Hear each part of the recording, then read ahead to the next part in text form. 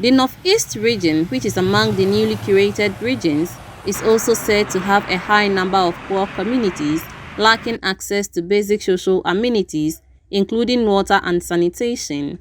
The situation gets worse during the rainy season, as most of these communities are in low-lying areas and are prone to floods. Last year, for instance, some communities were severely hit by floods, rendering thousands homeless and destroying properties. Schools and water sources were also affected. In 2014, when the area was still part of the then Northern region, the United Nations, together with 4 UN agencies with funding from the Canadian government, implemented a program to improve access to good drinking water and proper sanitation facilities on a sustainable basis in selected disaster-prone communities. As part of the program, climate-resilient wash facilities were constructed in 265 communities in the Northern, Upper East and Upper West regions. A visit to some of the beneficiary communities in the Northeast region saw the climate-resilient solar mechanized well supplying water to community members who hitherto struggled for water. The water is helping us because now we cannot go too far away and fetch water. It's shortest to us. Anytime you do your work, you just come out, you collect your water and then go back.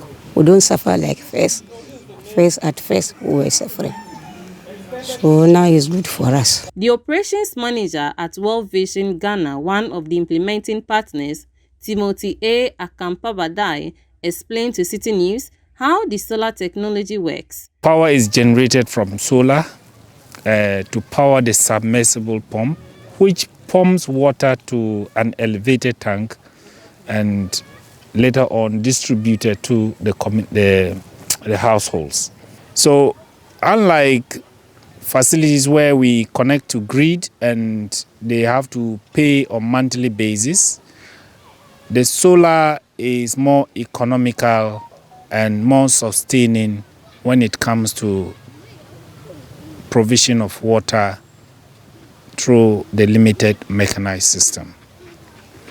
One of the interesting things I've discovered here is that they have even created room for the most vulnerable who cannot afford the principle of pay as you fetch.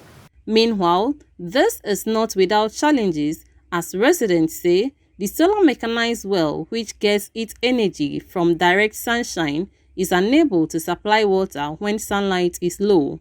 At times it doesn't come. So we don't know how they will come and settle it well for us.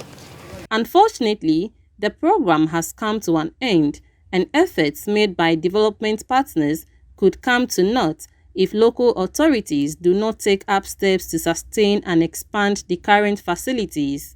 Here are the assemblymen for some of the beneficiary communities appealing to government to construct sustainable water supply facilities for them.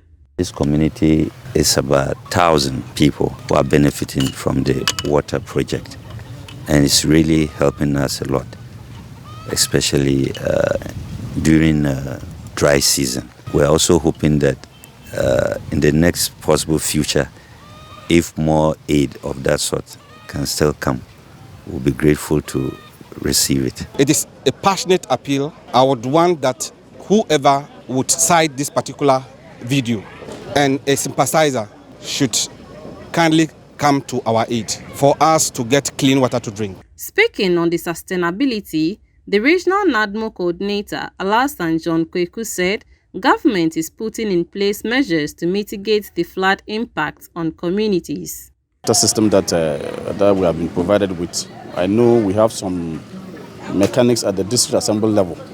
And then we have also encouraged the community members, because this is something that donor communities have come to give us. And so if they leave and you don't take proper care of them, and then you leave them to rot, you will be at the disadvantage end. The district assemblies are also engaged in putting up boreholes.